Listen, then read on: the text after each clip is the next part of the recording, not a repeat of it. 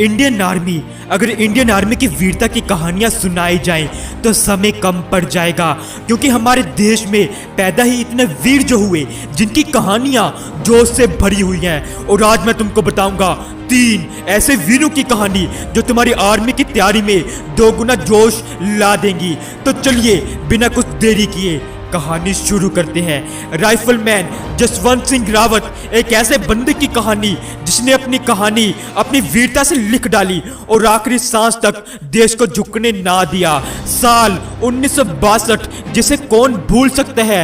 जसवंत सिंह रावत ने अपने साथियों के साथ जब चीनी सेना से लड़ रहे थे तब उन्हें ऑर्डर मिले कि अपने साथियों के साथ पीछे हट जाएं, क्योंकि तब भारत के पास रिसोर्सेस की कमी थी और फौजियों की भी कमी थी, पर जोश की कमी किसी फौजी में नहीं थी। उत्तराखंड के जसवंत सिंह रावत ने अपनी वीरता दिखाते हुए अपने कमांडिंग ऑफिसर्स की कमांड को नहीं माना और इस वीर ने वो कर दिखाया जिसको किसी ने सोचा नहीं था, और चीनियों को भारत के एक एक जवान का दम दिखा दिया। और इस वीर ने अपने साथियों को वीरगति प्राप्त होते हुए जमीन पर गिरते हुए देखा था, पर फिर भी वो लड़ता रहा और 3 दिन तक लगातार लड़ाई की और अकेले इस बंदे ने 300 चीनियों को मौत के घाट उतार दिया। और जब चीनियों ने इन्हें घेर लिया तो खुद को गोली से मार ली, पर चीनियों ने दिखावे के लिए उनका सर तक काट दिया, पर एक हिंदुस्तानी के जज्बे को नहीं काट सके। मेजर संदीप उन्नीकृष्णन, 26/11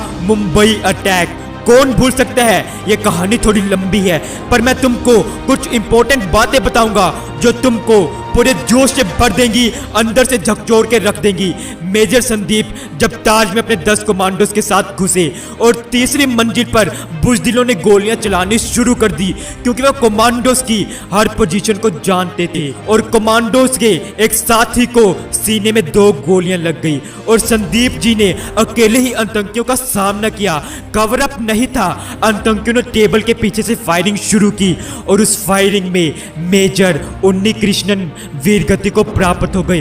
पर आतंकियों को अकेले लड़ने से पहले उन्होंने अपने साथियों को बोला था, कोई भी ऊपर नहीं आएगा, मैं उनको अकेले ही हैंडल कर लूंगा।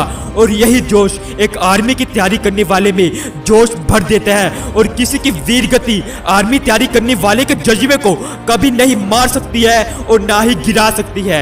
एक वीरगति को प्राप्त होगा तो 100 निकलेंगे मौत का सामना करने के लिए। मेजर सोमनाथ, हमारे ऊपर लगातार फायरिंग हो रही है, पर मैं 1 इंच भी पीछे नहीं हटूंगा।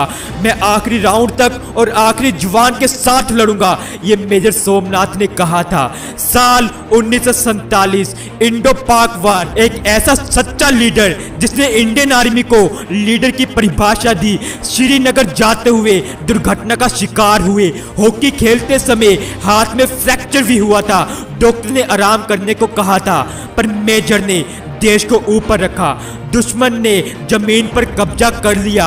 मेजर को ऑर्डर मिले कि अब दुश्मन को 1 कदम भी आगे बढ़ने नहीं देना है। दुश्मन ने कोई मूवमेंट ना की और 2 कंपनीज को श्रीनगर भेज दिया गया। सिर्फ एक डी कंपनी उधर रोकी गई, पर अचानक 600 से 700 सैनिक दुश्मन के फायरिंग करने लगे। 50 से ज्यादा जवान वीरगति को प्राप्त हो गए, पर मेजर ने ऐसा लीडर बनकर दिखाया जिसके कारण सबको मोटिवेशन मिला। मेजर के साथ कई जवानों ने दुश्मन का सामना किया। मेजर के हाथ फ्रैक्चर हुए थे, पर इन सबको भुलाकर वह दुश्मन से लड़ते रहे और दुश्मन के इरादे को ही तोड़ डाला। 6 घंटे की लड़ाई के बाद बैकअप मिला और दुश्मन के छक्के छुड़ा दिए। और मेजर सोमनाथ पहले ऐसे जवान हुए जिनको परमवीर चक्र से सम्मानित किया गया। मेरे दोस्त, अगर आपके पास फौलाद शरीर है, हाइट अच्छी है, ताकत भी है, पर आर्मी का वो जज्बा नहीं है, वो जोश नहीं है, तो आप आर्मी की तैयारी नहीं कर सकते। एक आर्मी के बंदे में जोश होना बहुत ज्यादा जरूरी है, और वो ही जोश तुमको मोटिवेट करेगा तुम्हारे लक्ष्य के लिए। हमेशा याद रखना, मोटिवेशन आपके लिए एक बूस्टर है और आपका मोटिवेशन आपका गोल ही है। और जब तक आप में जोश और जज्बा नहीं है, तब तक आप अपने लक्ष्य को कभी हासिल नहीं कर सकते हैं। और ये 3 जवानों की कहानी आपके जोश को दुगना जरूर कर देंगी। कमेंट कर जय हिंद लिखें और वीडियो को लाइक और शेयर करना बिल्कुल ना भूलें। और अगर चैनल पर नए हैं तो चैनल को सब्सक्राइब करें और नोटिफिकेशन बेल को ऑन करना बिल्कुल ना भूलें। चलिए मिलते हैं अगली वीडियो में। It's time to signing of.